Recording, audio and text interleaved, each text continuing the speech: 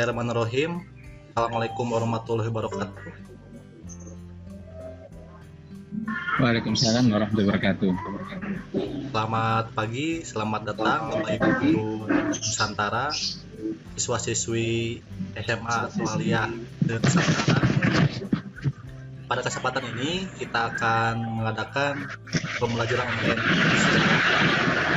materi tentang peristiwa seputar proklamasi. Alhamdulillah pada kesempatan ini telah hadir presenter kita yang terhormat Bapak Ahmad Fajar Mafrudin. Untuk CV-nya, beliau lahir di Pasuruan pada 27 April 1988, pendidikan S1 dari pendidikan sejarah Universitas Negeri Malang lulusan 2011. Kemudian S2-nya pendidikan sejarah UNS lulusan 2013. Pekerjaan beliau guru di SMA 1 Purwosari Pasuruan, mengajar di STMIK jadi Kabangil. Pengalamannya juri lomba cerdas tanpa sejarah Malang tahun 2014, pembina KTI pada lawatan sejarah tingkat provinsi Jawa Timur 17 2019.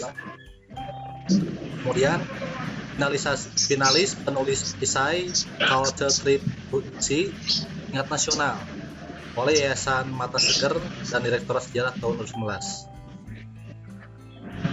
Pengalaman di bidang penelitian Klasik Sosial Budaya dalam Pembelajaran Sejarah tahun 2018 di Jurnal Historia.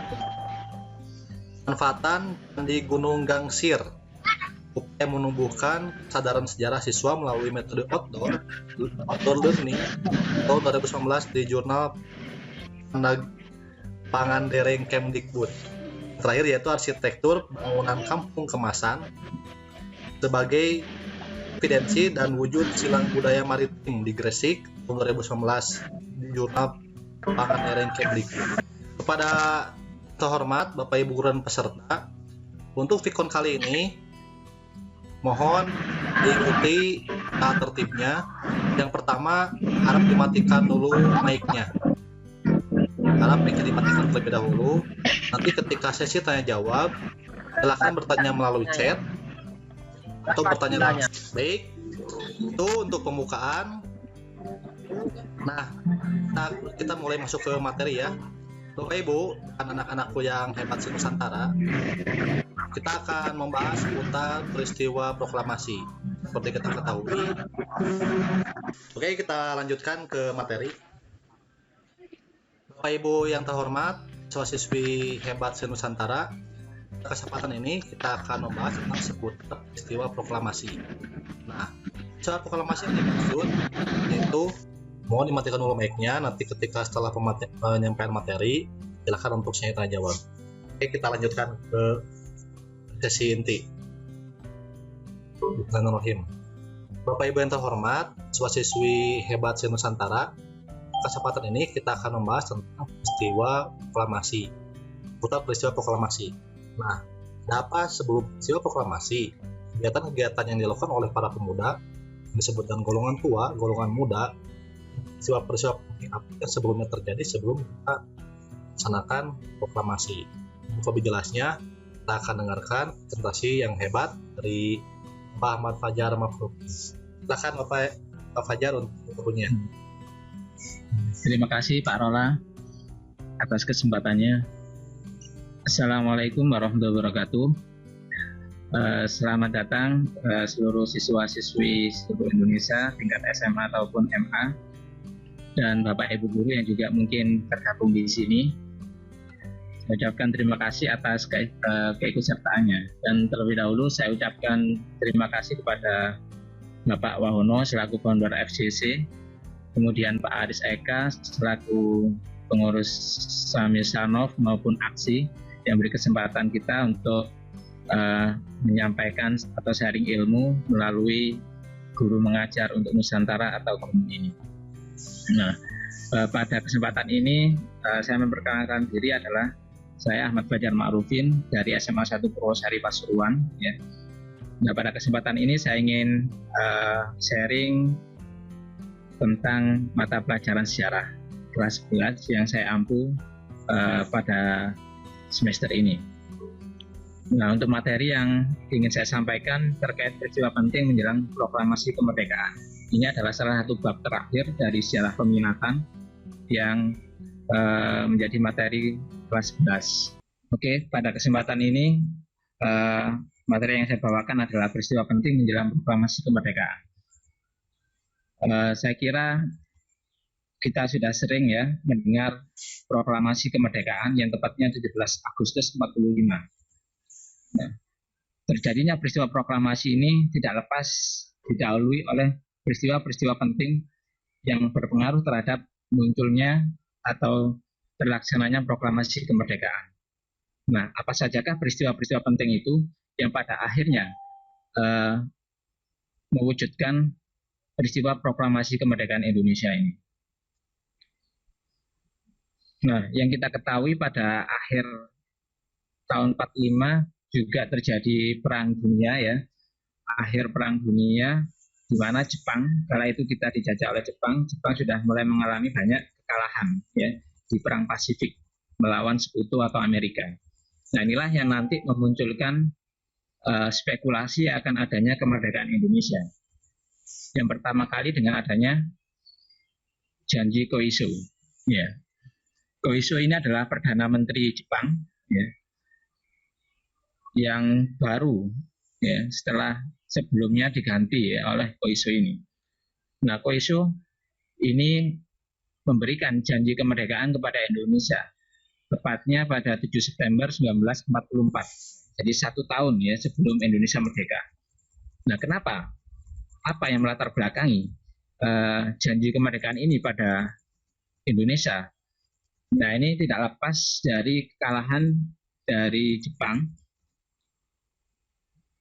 di berbagai perang Asia Pasifik, ya, terutama di Kepulauan Saipan.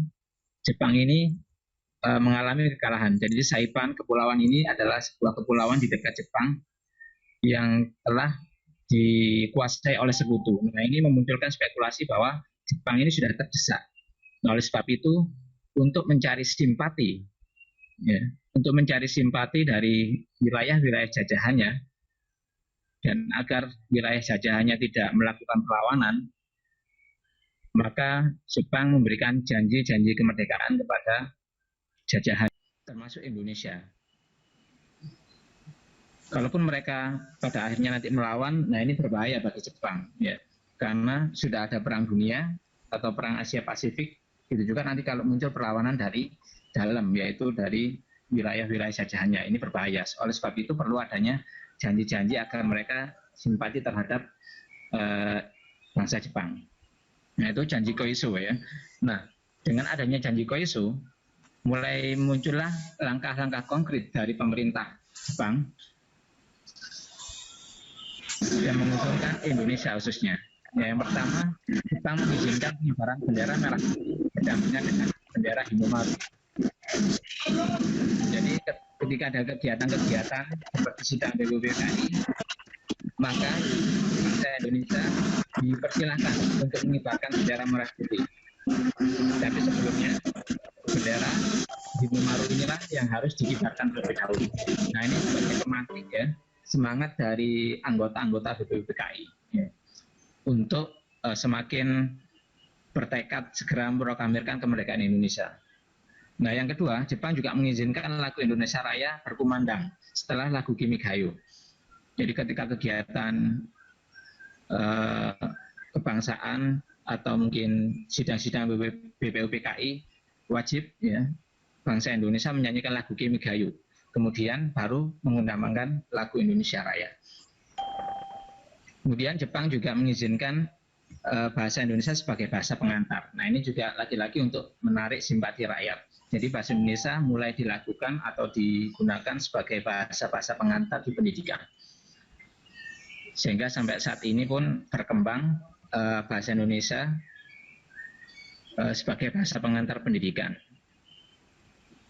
Yang sebelumnya di zaman Belanda ini tidak diperkenankan, tapi semasa Jepang ini diperbolehkan.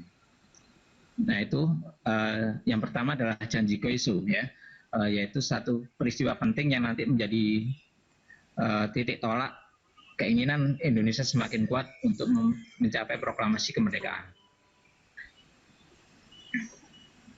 Nah, yang kedua, pembentukan BPUPKI. Nah, apa itu BPUPKI? Yaitu Badan Penyelidik Usaha-Usaha Persiapan Kemerdekaan Indonesia, didirikan 1 Maret 45. Ini adalah sebagai langkah konkret pelaksanaan janji Koiso. Nah, BPUPKI diketuai oleh Dr. Rajiman Widyodiningrat dan wakilnya dari bangsa Jepang, yaitu Ichi Pengase. Nah, apa sajakah tugas-tugas dari BPUPKI? Nah, salah satu tugasnya nanti membentuk pertama kali adalah dasar negara. Jadi tepat 22 Juni nanti BPUPKI berhasil merumuskan dasar negara bernama Piagam Jakarta sebagai langkah awal menuju NKRI. Nah, sebelum terbentuk Piagam Jakarta, 3 tokoh dalam sidang BPUPKI seperti Mr. Supomo, Soekarno, dan Muhammad Yamin ini menawarkan dasar negara yang bernama nanti Pancasila. Jadi Bung Karno inilah yang nanti yang memperkenalkan istilah Pancasila kepada kita saat ini. Beliau punya opsi yaitu Pancasila, Trisila, dan Ekasila. Pancasila ini bisa diperas lagi menjadi Trisila, kemudian menjadi Ekasila. Nah, ternyata yang dipilih adalah Pancasila sebagai dasar negara kita, yang kemudian nanti digodok pada 22 Juni menjadi Piagam Jakarta, yang hari ini menjadi sila-sila yang ada dalam Pancasila. Yang kecuali satu yang berbeda, yaitu di sila pertama. Dalam Piagam Jakarta, sila pertama berisi tentang ketuhanan yang Maha Esa dengan menjalankan syariat Islam bagi para pemeluknya. Nah, hal ini sekarang pada waktu itu banyak mengalami perdebatan sehingga dihapus menjadi kalimat ketuhanan yang Maha Esa saja. Nah, itu salah satu keberhasilan BPUPKI ya dalam membuat dasar negara ya, rancangan dasar negara. Dan 14 Juli pun BPUPKI berhasil membuat rancangan undang-undang dasar. Nah, inilah tokoh dari ketua BPUPKI, yaitu ketuanya Dr. Rajiman Widyodiningrat ya. Dan ini adalah suasana sidang BPUPKI. Berikutnya kejadian yang penting dalam peristiwa menjelang proklamasi adalah pembentukan PPKI ya. Jadi sebelumnya BPUPKI dibubarkan, diganti dengan PPKI. Nah, Jepang ini terlalu takut dengan BPUPKI karena apa? Terlalu cepat dalam menjalankan tugasnya untuk mewujudkan Indonesia merdeka. Jadi BPUPKI ini istilahnya sangat sebut ya, terlalu cepat ya. Jepang takut ya. Mereka sudah merancang dasar-dasar negara dan sebagainya. Nah, sehingga digantilah dengan PPKI yang dipimpin oleh Insinyur Soekarno. Ya, mungkin untuk menghambat istilahnya ya, kinerja PPKI yang terlalu cepat tadi. Nah, ini Insinyur Soekarno sebagai ketua PPKI. Yaitu tugas PPKI adalah melanjutkan ya, tugas dari PPKI khususnya merancang ketatanegaraan dan pemerintahan setelah Indonesia merdeka. Jadi nanti tugasnya PPKI adalah merancang tata negara dan pemerintahan setelah Indonesia merdeka.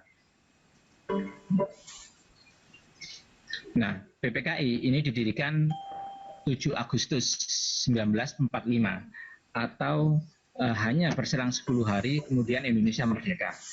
Jadi 7 Agustus terbentuk PPKI, 17 Agustus kita merdeka. Jadi hanya 10 hari maka terbentuklah atau terlaksananya peristiwa proklamasi kemerdekaan. Oke. Kemudian hal yang paling penting lagi adalah kekalahan Jepang dari sekutu. Ya. Inilah yang nanti menjadi titik tolak ya, adanya proklamasi kemerdekaan. Ini sedikit ada cuplikan tentang pengeboman kota Hiroshima oleh sekutu.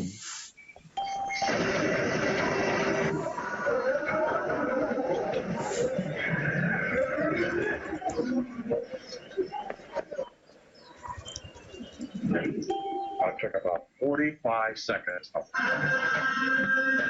After falling for 43 seconds, the time and barometric trigger.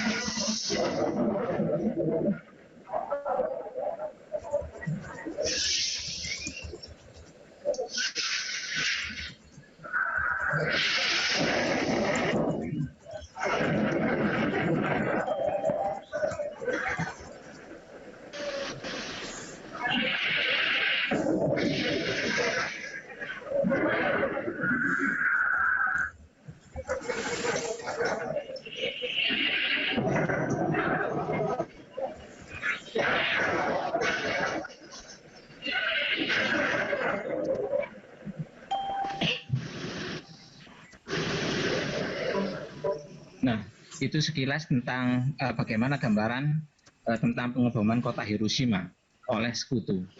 Pertanyaannya, kenapa kota Hiroshima yang menjadi sasaran dari pengeboman sekutu? Ya. Nah, peristiwa itu terjadi 6 Agustus 45 ya, di kota Hiroshima. Nah, kembali lagi pada pertanyaan, kenapa Hiroshima yang menjadi sasaran sekutu? Nah, ini karena adanya bahwa kota Hiroshima ini adalah kota pangkalan militer ya, dari Jepang ini. Jadi, Hiroshima ini adalah benteng sendiri ya, dari kota Jepang. Dari bangsa Jepang, ketika kota Hiroshima di bom atom, nampaknya Kaisar Hirohito tidak mau menyerah ya. Walaupun kota Hiroshima sudah rata dengan tanah ya. Mereka yang kita ketahui, orang Jepang ini adalah bangsa yang tidak kenal menyerah ya. Kalaupun menyerah itu adalah titik yang paling rendah seperti itu ya. Karena Jepang ini terkenal dengan mental Bushido ya. Kemudian karena tidak menyerah inilah sekutu pada akhirnya memutuskan untuk membombardir kota Nagasaki ya pada 9 Agustus 1945. Ya, kenapa Nagasaki? Ya. Nagasaki ini adalah kota perindustrian kala itu ya, sebagai pusat industri. Sebenarnya ada kota lain yang ingin menjadi sasaran sekutu, tetapi karena bahan bakar pesawatnya habis, maka dijatuhkanlah bom atom itu di kota Nagasaki 9 Agustus 45. Nah, ini sebagai pukulan telak bagi Jepang karena dua kotanya telah dihancurkan oleh sekutu. Ya. Oke, terima kasih. Saya akan lanjutkan tentang kekalahan Jepang dari sekutu ini. Nah, setelah dibomnya Hiroshima dan Nagasaki, maka Kaisar Jepang Hirohito mulai menyatakan menyerah ya tanpa syarat kepada sekutu dalam pidatonya The Voice of the Green. Ya. Inilah menjadi titik akhir dari Perang Dunia Kedua, khususnya di Asia Pasifik ya, dengan kekalahan Jepang atas sekutu yang diawali dari dibomnya Hiroshima dan Nagasaki. Nah, berita kekalahan Jepang ini didengarkan oleh Sultan Syahrir, yaitu dari golongan muda kala itu, melalui radio BBC. Ya. Nah, ini menjadi sebuah berita yang menggembirakan, khususnya bagi golongan muda. Karena ini adalah salah satu kesempatan kita untuk segera melakukan proklamasi kemerdekaan. Nah, kenapa penting untuk dilakukan secepatnya? Karena terjadi vacuum of power, yaitu kekosongan kekuasaan di Indonesia. Jepang sudah kalah, otomatis Jepang sudah tidak memiliki kuasa atas Indonesia. Nah, oleh sebab itu harus segera dilaksanakan proklamasi, itu menurut golongan muda, sebelum sekutu datang ke Indonesia. Nah, dari situlah nanti memunculkan perdebatan antara golongan tua dan golongan muda. Oke, berikutnya peristiwa penting lain adalah pertemuan Dalat ya. Pada tanggal 9 Agustus 45, Pak Karno, Bung Hatta, Rajiman berangkat ke Dalat, Vietnam dan menemui Jenderal Terauchi, yaitu pimpinan tertinggi di Asia Tenggara. Ya, ini merupakan dampak kekalahan Jepang yang sangat nyata, ya, yang tampak nyata dalam Perang Asia Pasifik. Nah, dari pertemuan inilah sebenarnya adalah pengukuhan dari anggota PPKI, ya. Jadi Pak Karno ditasbihkan atau ditetapkan sebagai ketua PPKI yang kemarin tanggal 7 sudah ditetapkan oleh Jenderal Terauchi ini. Nah, pada pertemuan Dalat ini di Vietnam,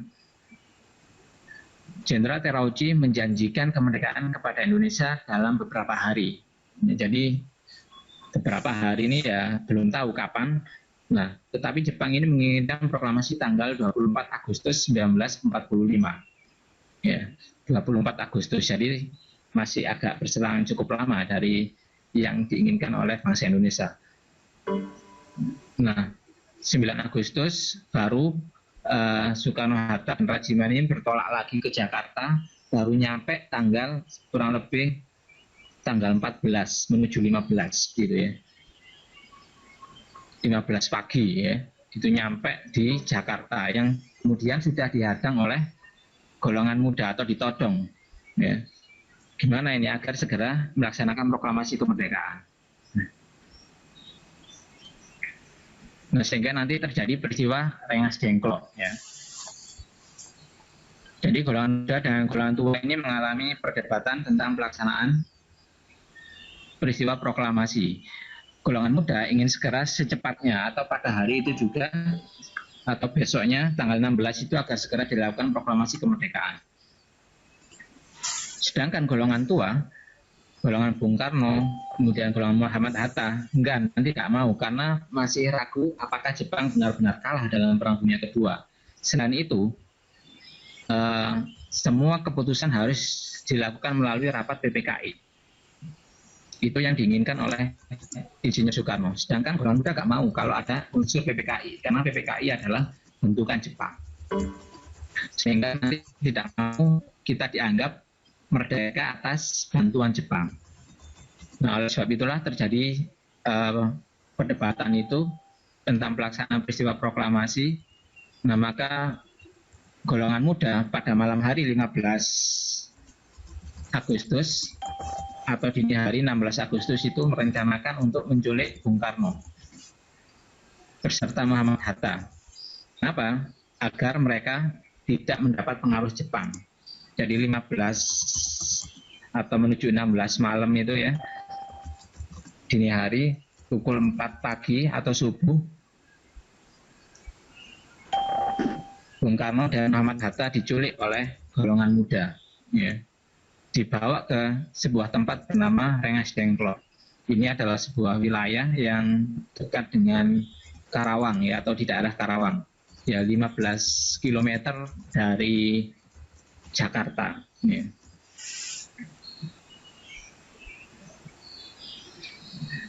Nah, ini yang saya katakan 15 Agustus golongan muda ini yaitu Singgih dan Latif membawa Soekarno-Hatta ke Rengas Dengklok Karawang untuk menghindari pengaruh Jepang.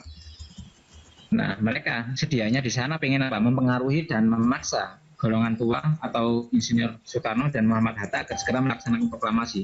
Tapi karena wibawa mereka yang sangat tinggi ya, ini mereka nggak bisa ngapa-ngapain seperti itu ya. Nah, pada akhirnya nanti Ahmad Subarjo ini datang menemui Wikana ya. Wikana ini adalah salah satu tokoh muda ya, yang nanti berpengaruh juga dalam peristiwa Rengas Dengklok ini. Nah, Ahmad Subarjo menemui Wikana di Jakarta, bertanya, di mana Bung Karno dan Bung Hatta? Di mana kalian sembunyikan Bung Karno dan Bung Hatta? Itu pertanyaan dari Ahmad Subarjo. Nah, sebenarnya Wikana nggak mau cerita ya, tapi dipaksa oleh Ahmad Subarjo. Pada akhirnya dia mengatakan, atau Wikana mengatakan, kalau Bung Karno Bung Hatta diasingkan ke Rengas Dengklok. Nah, dan Ahmad Subarjo pengen bertemu dengan mereka. Proklamasi tidak akan bisa dilaksanakan kecuali kalau tanpa ada Soekarno dan Hatta.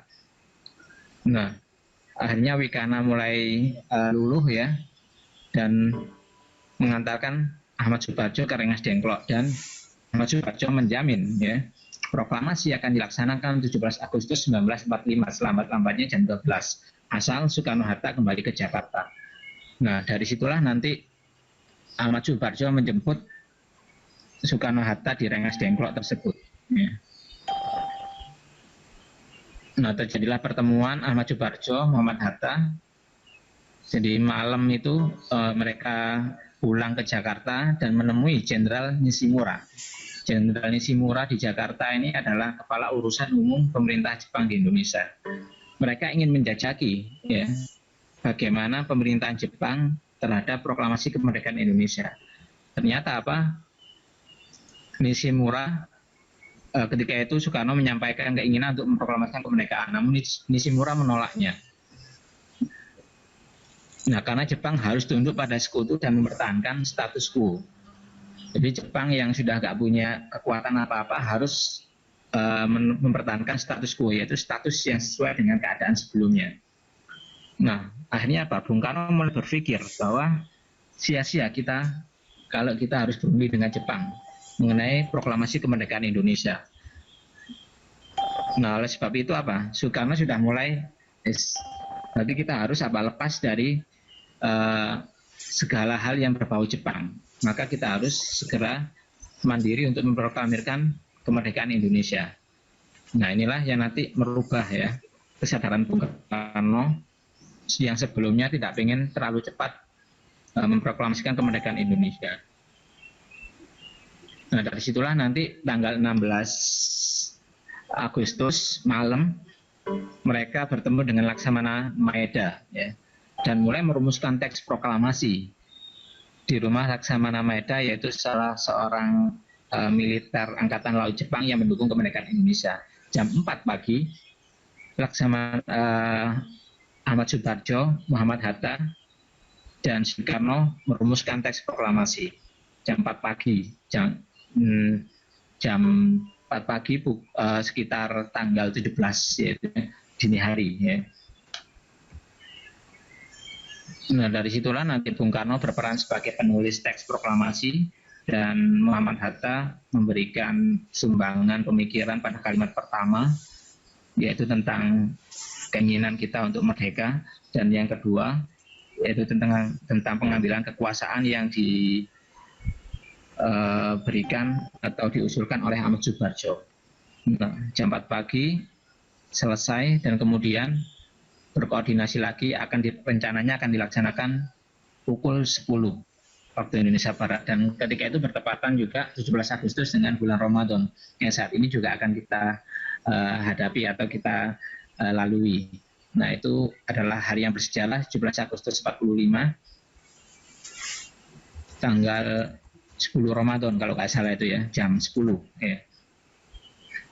Nah, ini adalah salah satu hal yang penting ya. Jadi di mana Jepang kalah 14 sampai 15 Agustus, 2 hari kemudian kita mampu memproklamirkan kemerdekaan. Ini adalah salah satu hal yang menarik ya bagi golongan tua dan golongan muda, tokoh-tokoh Indonesia dengan sikap responsif yang cepat. Mereka dengan waktu yang singkat memproklamirkan kemerdekaan Indonesia. Hanya dalam kurun waktu 1 sampai 2 hari mampu memproklamirkan kemerdekaan Indonesia. Nah, ini sungguh luar biasa bagi pejuang-pejuang kita saat itu. Nah, saya kira seperti itu. Lebih detailnya akan kita lakukan tanya jawab setelah presentasi saya ini. Saya ucapkan terima kasih. Semoga ilmu kita bisa bermanfaat dan barokah. Saya ucapkan terima kasih atas kedatangannya semuanya, dan kita bisa buka sesi pertanyaan yang akan diadu oleh Bapak Rola Fadila dari SMA Cikanjung. Baik. Dan saya kembalikan kepada Pak Moderator.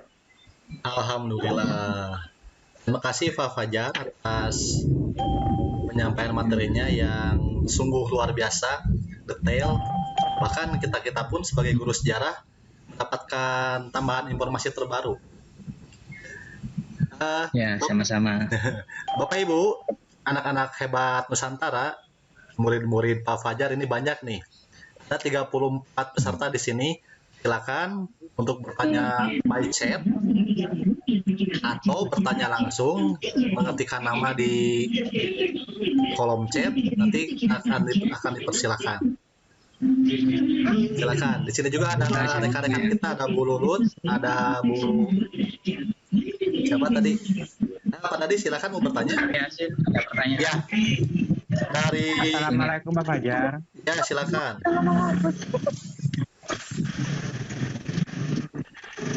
Pak Fajar. Ya, silakan. Yasin. Pak, perkenalkan nama saya Muhammad Rizky Yasin dari SMA Negeri Purwosari. Pak, di sini saya ingin bertanya, apakah ada alasan mengapa Jepang mengharapkan Indonesia merdeka pada tanggal 24 Agustus 1945? Oke, terima kasih atas pertanyaannya. Tentang mengapa ya Jepang mengharapkan Indonesia diberi kemerdekaan tanggal 24 Agustus 45. Ya, saya kira ini masalah bagaimana keadaan Jepang pada waktu itu ya. Jepang kan terdesak ya dengan adanya kekalahan terhadap sekutu. Jadi fokusnya menyelesaikan peperangan ya. Fokusnya Jepang adalah menyelesaikan peperangan dan Indonesia diharapkan mampu membantu dalam peperangan tersebut dari segi logistik, kemudian sumber daya manusia, sumber daya alamnya dan sebagainya. Jadi kalau terlalu cepat maka itu akan mempengaruhi konsentrasi Jepang dalam perang Asia Timur Raya. Sehingga mungkin waktu yang agak lama atau sekitar 24 Agustus itu baru akan diberi kemerdekaan. Saya kira seperti itu, Yasin. Bagaimana? Iya Pak, terima kasih atas jawabannya. Oke. Jawabannya. Ya Baik. sudah jelas Pak, jawabannya. Baik. Pak Fajar, ada pertanyaan dari Lintang Keren. Apa aja ada pertanyaan dari Ya. Bagaimana reaksi Belanda atas proklamasi kemerdekaan Indonesia? Bagaimana terima kasih reaksi atas Belanda pertanyaan. atas proklamasi kemerdekaan Indonesia? Silakan, Pak. Terima kasih Lintang atas pertanyaannya. Nah, bagaimana reaksi Belanda atas proklamasi kemerdekaan Indonesia ya? Ya, kala itu berita kemerdekaan Indonesia mungkin belum langsung tersebar ke dunia ya. Tapi butuh proses kala itu. Tetapi nanti yang jelas Belanda belum mau mengakui kemerdekaan Indonesia. Nah, hal ini tidak lepas dari ketika adanya sekutu datang ke Indonesia, yaitu khususnya di Surabaya 29 September kalau nggak salah itu ya, datang ke Indonesia sekutu dengan memboncengi tentara Nika, yaitu tentara Jepang, ya, maaf tentara Belanda ya. Jadi sekutu datang ke Indonesia dengan memboncengi tentara-tentara Belanda yaitu Nika. Nah, dari situlah bahwa kita ketahui Belanda ini masih belum legowo, masih belum rela ya terhadap kemerdekaan Indonesia. Mereka masih ingin menancapkan kekuasaannya di Indonesia lagi. Jadi itu yang terjadi ya, belum mengakui kemerdekaan Indonesia. Terima kasih untuk Lintang atas pertanyaannya. Belum mengakui kemerdekaan Indonesia karena berniat Ya. Baik. Penanya Silakan jika ada berikutnya. lagi. Silakan. Assalamualaikum warahmatullahi wabarakatuh. Waalaikumsalam. Pak, saya Cindy dari SMA 1 Purwosari ingin bertanya, Langsung saja. adakah reaksi Soekarno Hatta saat didesak oleh Darwis dan Wikana? Terima Oke, kasih. terima kasih. Pertanyaannya menarik ya dari Cindy. Bagaimana reaksi ya dari golongan tua khususnya Bung Karno dan Bung Hatta ya didesak untuk segera memproklamirkan kemerdekaan, khususnya pada tanggal 15 malam itu ya. Soekarno Hatta ditemui oleh Karna seperti itu ya. Bung, kita harus memerdekakan proklamasi kemerdekaan saat ini juga seperti itu. Nah, ini juga menimbulkan reaksi dari Bung Karno seperti itu ya. Bung Karno cukup emosi pada kala itu karena merasa diintimidasi ya oleh Wikana. Sampai-sampai Bung Karno ini berdiri ya dari tempat duduknya dan mengatakan seperti ini leherku, potong sekarang juga seperti itu ya. Karena merasa apa? Diancam oleh Wikana. Karena Bung Karno nggak mau proklamasi diadakan tergesa-gesa. Karena apa? Jepang juga masih sangat kuat di Indonesia. Ya mungkin Jepang kalah pada perang dunia, tetapi di Indonesia Jepang masih sangat kuat. Nah itu alasan-alasan Bung Karno kenapa nggak mau segera memproklamirkan kemerdekaan. Selain masalah PPKI tadi, juga masalah keamanan seperti itu. Seperti itu, Cindy. Terima kasih atas pertanyaannya. Ya, sudah jelas, Cindy? Baik, Pak Fajar, ada Iya, sudah, pertanyaan? Ya, terima kasih. Ada pertanyaan dari Im. Sebentar, mana chat? Kita scroll. Pertanyaannya,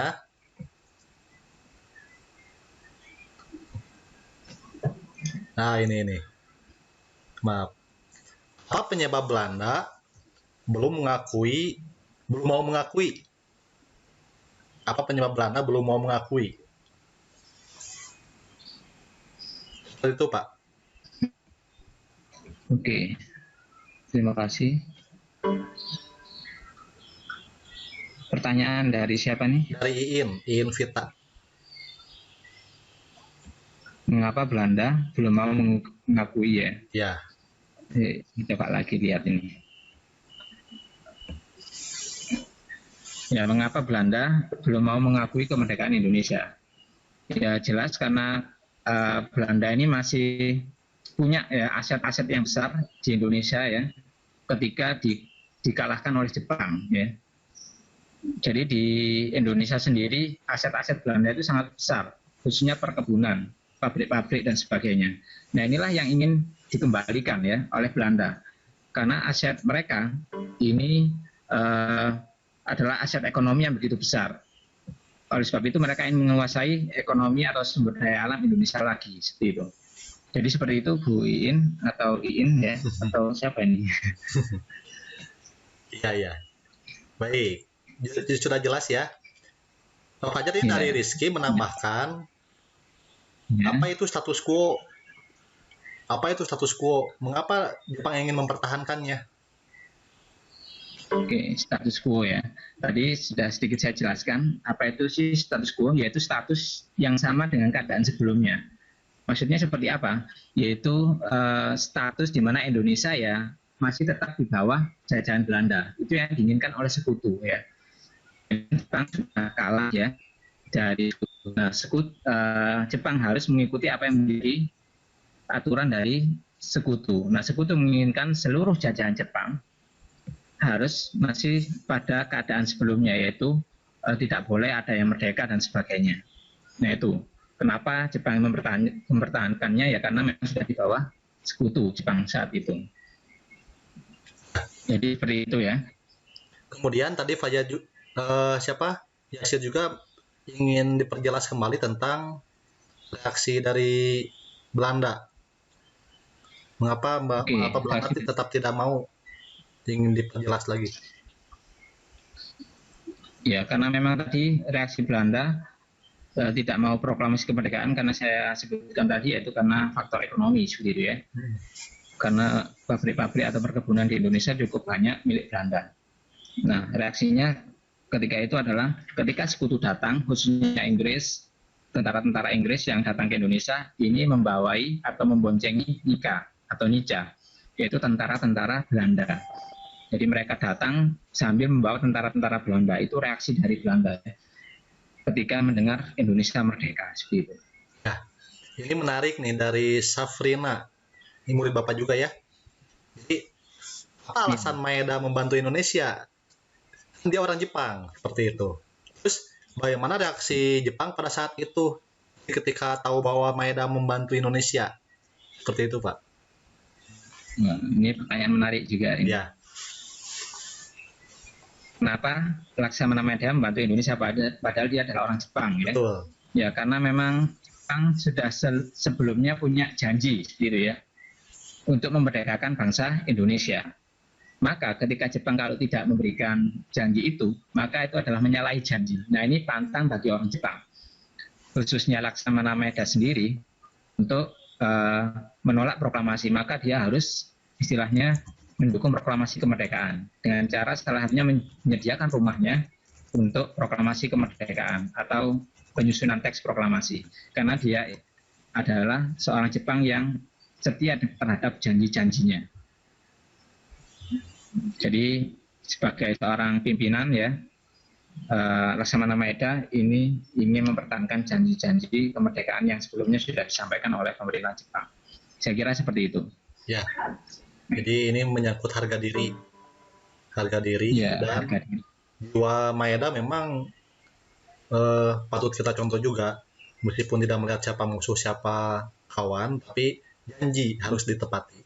Baik, ada pertanyaan lanjutan dari pertanyaannya, mengapa golongan tua tidak mau menerima usulan golongan muda untuk segera proklamasi? Jadi mengapa golongan tua tidak mau? Ya, nah yang seperti saya katakan tadi ya, bahwa keengganan golongan tua untuk segera melaksanakan proklamasi karena beberapa pertimbangan ya. Pertimbangannya pertama, karena Bung Karno pengen setiap langkah yang dilakukan ini harus ada pertimbangan atau rapat dari PPKI seperti itu. Sedangkan golongan muda gak mau kalau PPKI terlibat karena PPKI buatan Jepang menurut mereka seperti itu. Yang kedua, kenapa golongan tua tidak ingin segera melaksanakan proklamasi karena memang keadaan pada waktu itu masih rentan, keamanan juga masih rawan karena tentara Jepang atau Kempetai ini di Indonesia masih sangat kuat. Ya walaupun mereka sudah kalah dalam perang dunia atau perang Asia Timur Raya, tapi mereka masih kuat di Indonesia seperti itu. Jadi ini masalah keamanan seperti itu ya. Dan masalah PPKI tadi. Terima kasih.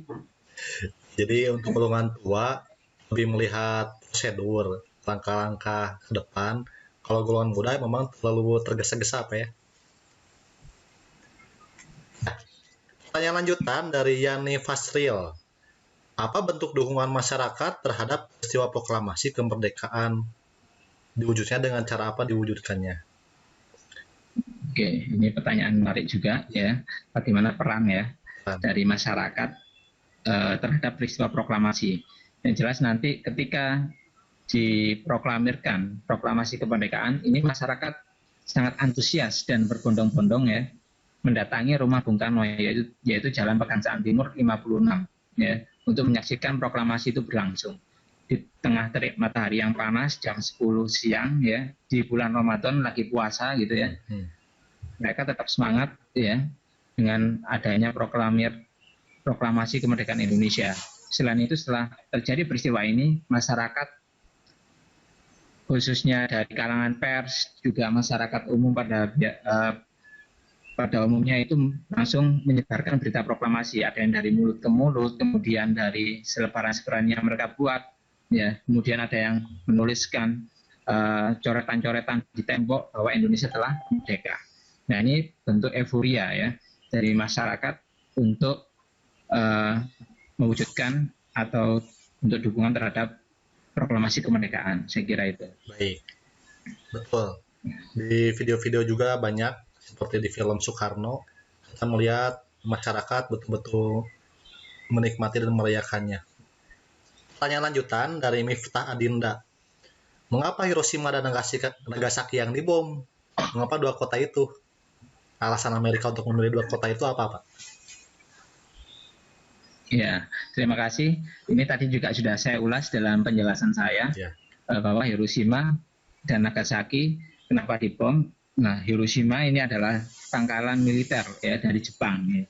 Maka ketika dibom ini akan pasti mengurangi jumlah kekuatan dari Jepang.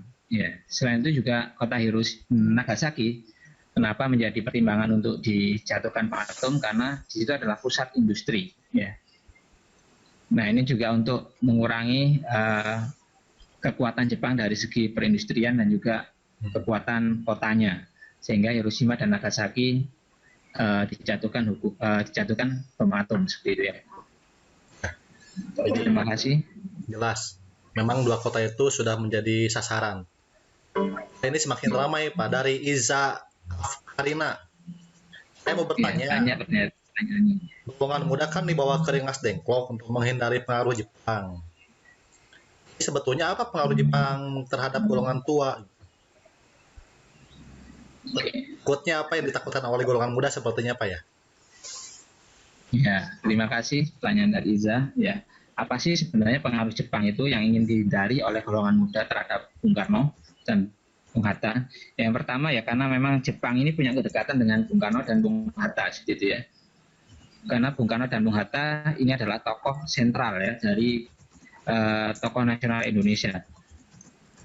Seperti yang saya katakan bahwa Jepang ini tidak ingin segera memproklamirkan kemerdekaan Indonesia karena ingin fokus dalam perang dunia atau perang Asia Timur Raya.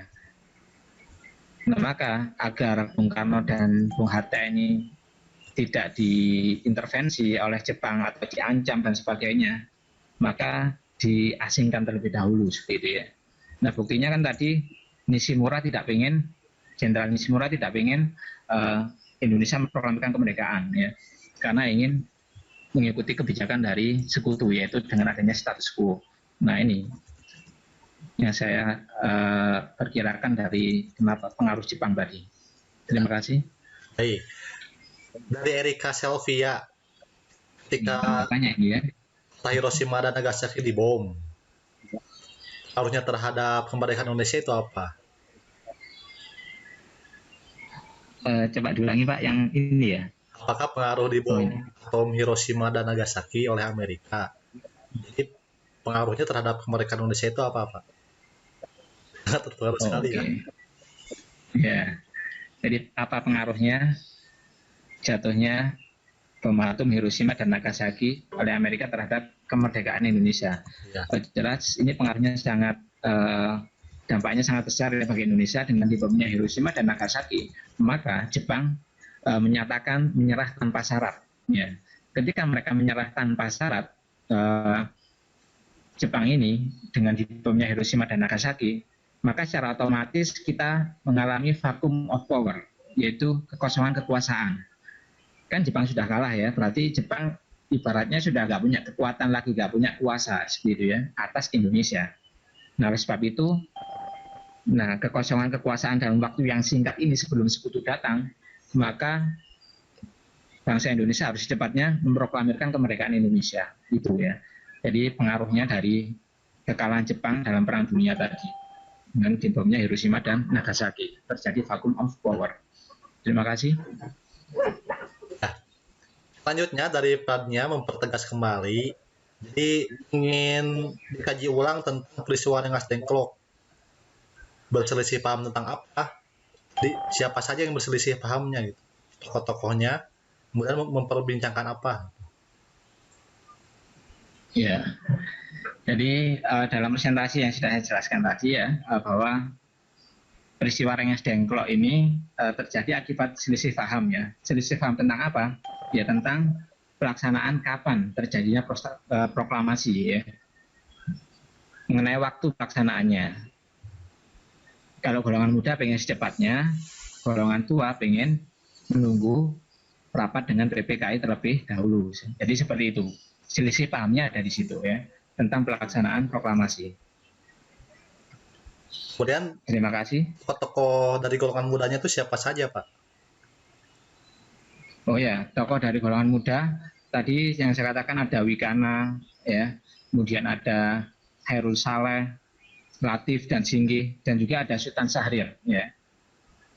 Nah, yang mungkin di film-film itu yang ketika Bung Karno diancam seperti dengan parang itu sampai Bung Karno berdiri, itu adalah tokoh Wikana, seperti itu ya. Betul. Ya.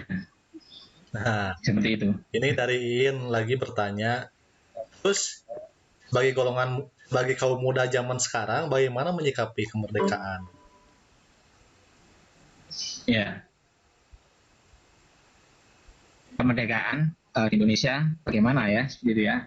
Sebaiknya sikap anak-anak muda saat ini. Yang jelas kita harus meneladani tokoh-tokoh tersebut ya, terhadap adanya perjuangan dalam kemerdekaan Indonesia. Nah, kita lihat salah satu hal yang bisa kita teladani adalah sikap responsif seperti itu ya. Jadi tanggal 15 Sultan Syahrir mendengarkan berita dari BBC bahwa Jepang menyerah tanpa syarat. Nah, ini langsung berpikir cepat bagaimana caranya agar Indonesia bisa segera memproklamasikan kemerdekaan, mumpung terjadi vacuum of power, terjadi kekosongan kekuasaan. Maka anak muda zaman sekarang, ya kita jangan mudah berleha-leha, bersantai-santai, ya, karena masih banyak hal yang perlu kita selesaikan, masalah-masalah di bangsa ini, khususnya masalah kita sendiri. Ya, masalah kita sendiri harus kita selesaikan terlebih dahulu, maka kita bisa melakukan banyak hal untuk orang lain. Nah, maka untuk anak muda zaman sekarang jangan mudah baperan sendiri ya, atau jangan mudah terlena dengan kehidupan hari ini, jangan mudah bersantai-santai, karena pemuda-pemuda zaman dulu itu memikirkan bangsanya, bukan memikirkan dirinya sendiri. Ya, saya kira seperti itu. Ya, alhamdulillah. Bu Ena ini sudah hadir. Bapak Ibu guru, silakan untuk ikut partisipasi juga. Kita akan diskusi. Jadi supaya bisa menambah pengetahuan buat anak didik kita. Sendiri Pak, untuk peristiwa ini memang nanti segera akan dibuatkan videonya. Ini kan mengenai kontroversi. Jadi ketika golongan muda, golongan tua, kemudian disikapi tokoh-tokoh yang menjadi provokatornya, di sana kan muncul orang-orang yang ada dari apa ya, yang memberikan pengaruh besar seperti Syahrir, Pak ya. Kemudian nanti di sana ada Tan Malaka juga. Jadi memang jika dikaji lebih dalam, Soekarno itu betul-betul teguh pendirian. Jadi saya bayangkan kalau bukan Soekarno yang mengatasi ini, tidak akan terjadi, tidak akan tepat waktu pada tanggal 17. Kemudian selisih pahamnya itu bisa meluas. Jadi Soekarno memang saya menjadi apa? Saya acungkan jempol lah. Bahwa dia bisa lihat, bisa menggabungkan antara pemikiran-pemikiran tokoh muda dan tokoh tua. Disitulah kehebatan Soekarno, Pak ya. Iya. Itu.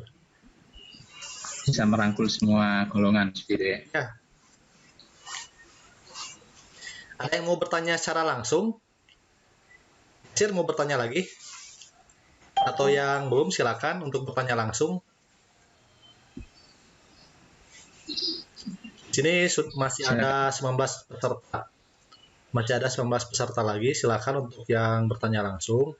Atau ada yang masih ingin penasaran tentang usaha-usaha dalam persiapan proklamasi. Silakan. Alhamdulillah Pak, menarik ya. Serta antusias, ini murid-murid Bapak kayaknya sudah dapat reward langsung ya. Ya, Sudah dapat sudah saya janjikan reward.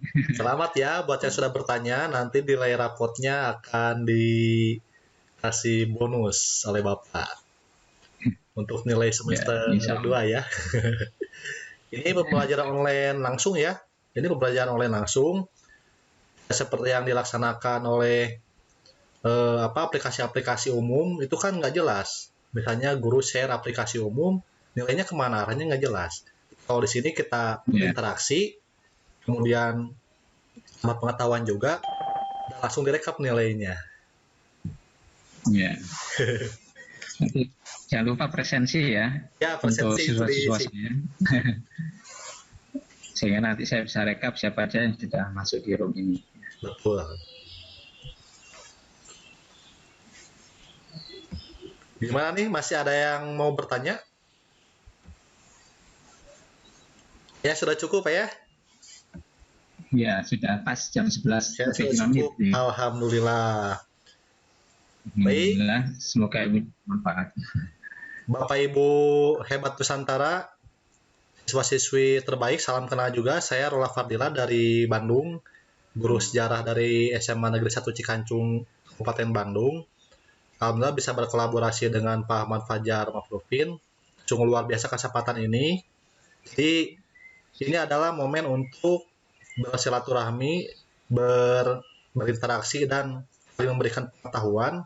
Karena pembelajaran yang kita alami memang harus seperti ini. Bukan hanya di klasika di kelas, tapi lebih mengutamakan teknologi. Dan pemaparan luar biasa dari Pak Ahmad tentang persiapan kemerdekaan yang dilalui oleh pejuang bangsa kita antara golongan muda, golongan tua, sungguh luar biasa. Ini akan menjadi pelajaran berharga untuk kita. Maka saya akan selalu bilang, ingatlah, belajar dengan sejarah. Karena sejarah adalah guru kehidupan. Historia Magistra Vitae. Terima kasih pertemuan Vicon kali ini kepada Bapak Ibu Nusantara dan siswa-siswi yang hebat. Sampai jumpa di pertemuan Vicon selanjutnya. Wassalamualaikum warahmatullahi wabarakatuh. Waalaikumsalam warahmatullahi wabarakatuh. Ya, terima kasih seluruh peserta. Waalaikumsalam warahmatullahi wabarakatuh. Alhamdulillah.